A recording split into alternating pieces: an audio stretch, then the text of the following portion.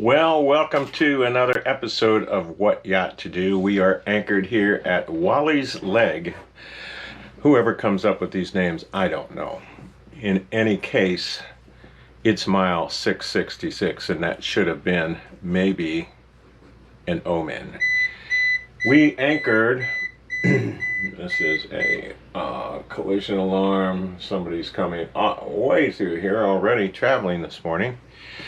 AIS signal. We anchored here at what we thought was the perfect spot, and we found out as the tide reversed, it was starting to get a little skinny. We had to reset the anchor. So if you come in here, I'm going to give you the exact spot that the anchor was reset, and it finally worked. However, after we got reset, on the horizon comes a line of thunderstorms. All right, so we deal with that. And I mean, it was blinding. We couldn't see where we were going. We were looking at I had shut the electronics off here just to say, hey, if we do get a lightning strike, maybe I'll be able to save something. I don't know if any of that would work. In any case, we had our phones and we were looking at that. We did have good cell service here. We had good Verizon and great T-Mobile here, so we were able to monitor the situation and see what was happening, so we kind of knew we would eventually be out of it. But it was probably a good hour of a line of thunderstorms that came through. So Captain got back to bed eventually, and woken up again as the tide swung sometime around 4 o'clock in the morning, and I looked at it and yay, we were at a great place. So back and forth. We thought, hey, we would get a break in here and have a nice, long, peaceful day. We had the afternoon, and I don't know, just sometimes things work out, sometimes they don't. In any case, the tide is now coming in. And so we're going to set course up to another anchorage, and this one I hear is a lot better. So we're going to pave the way there, or if it's a great day, we may go a little further. Or the other situation we have going on is pop-up thunderstorms, and as I look at it, it looks like it's just going to be rainy and miserable. But the good thing about that is it won't be so blazing hot. We'll have a little break from the heat and the sun. So we're going to get going here, so let's go, and we'll see if we end up at an anchorage or a marina or a different anchorage than we planned.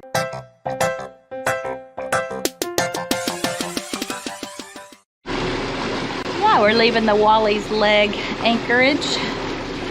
It was just us and a crab pot in there. Got a giant boat getting ready to pass us. Did you talk to him? Mm-hmm. His name is Anne-Marie, I think. Anne-Marie? He didn't come up on the AIS until he started calling me. I don't know, maybe he didn't have it on yet. He just switched it on. So we'll pull off over to the side here, reduce power, and he's going to come on that side. Port side, there he is. I bet a boat that size could make a pretty good wake. I'll bet it could. Oh, they're loopers. It's beautiful, huh? Mm-hmm. 20 feet here. Yeah. Nice. Plenty of water here. Thank you, Anne-Marie. Have a pleasant day. Safe trip. Thank you for the pass. Thank you. Have a great day. So we are taking it slow here. One of the great things about the Here's to Us is this enclosed bridge where, you know, if we do get a little rain, it's not a big deal.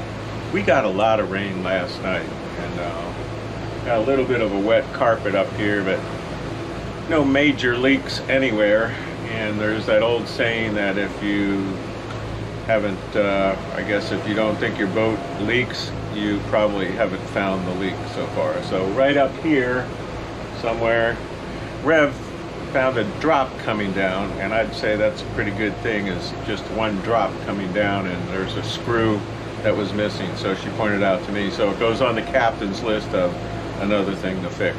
I fixed a couple things yesterday while we were at that anchorage, and just little things, and here and there you always have something to fix. We have gone through this area before, and if you look at our previous videos, you'll see that, hey, we were doing a lot more speed because we were trying to cover a lot more ground.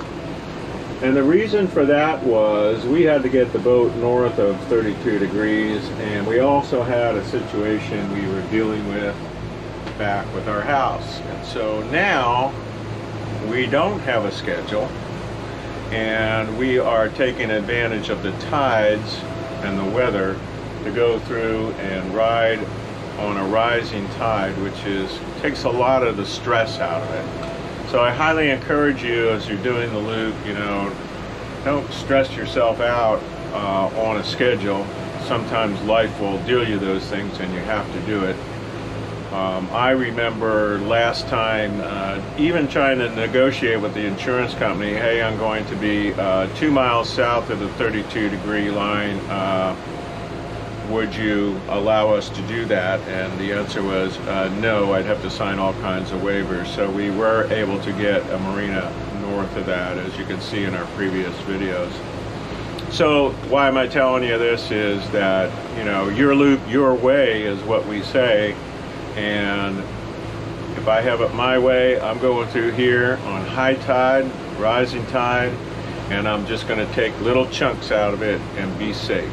And that's the best way to go, not add any drama to it. We could probably go a lot faster here. However, we're just electing to go slow and watch the shoaling that goes through here. We just went through Buttermilk Sound back there, and we're going through the Altahama Sound up here. Some areas that have that, and then up ahead is the Mud Creek area. So going through with a little extra cushion on a rising tide is nice, particularly when these tides are going to peak at about 8 to 9 feet high. So that's a nice cushion to have.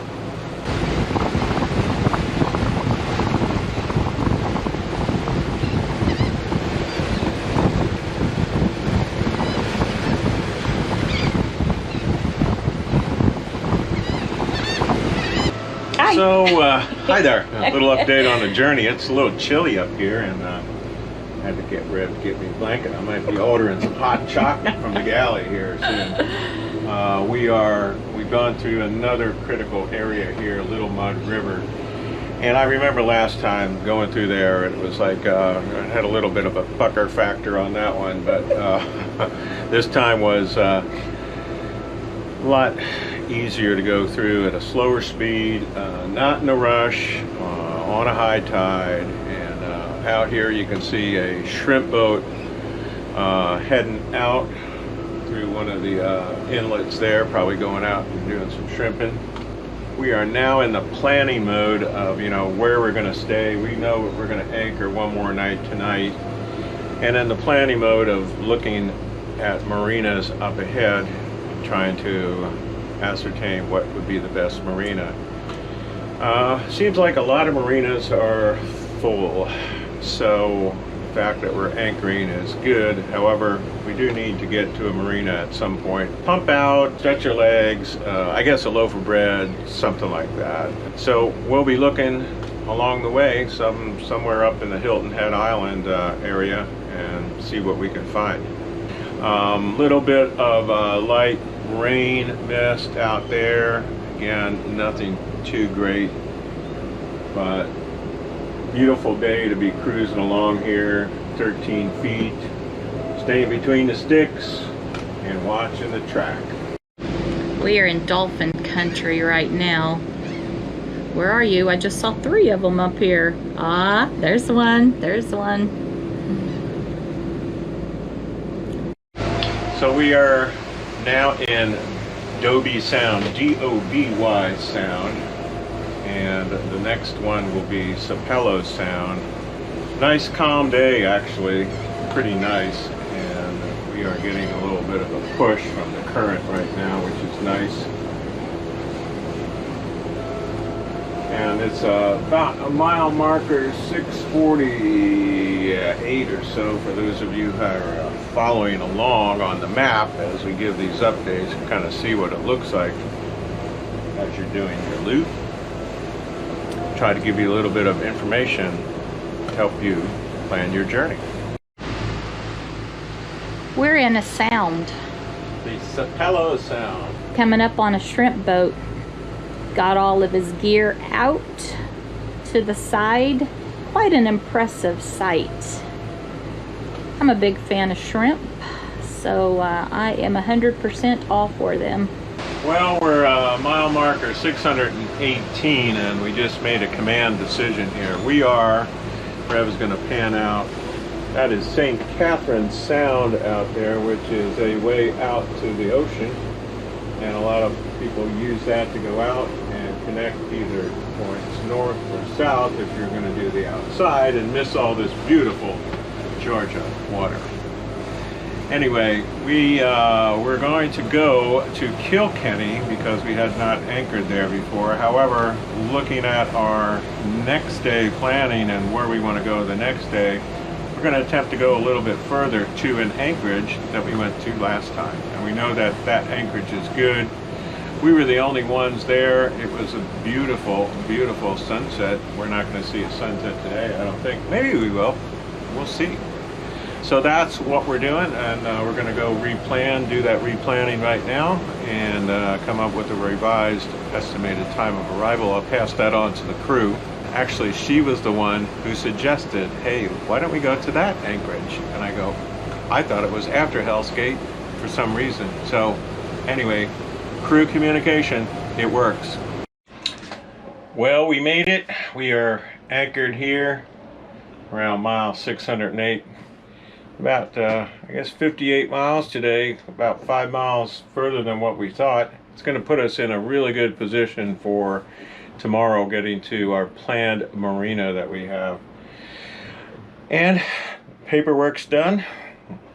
Anchor's out. Got about 120 feet out with the snubber on there. It's holding great. We got the anchor alarm on. The paperwork's done. And the beer is served. So Docktails has begun. See you next time on What Yacht To Do.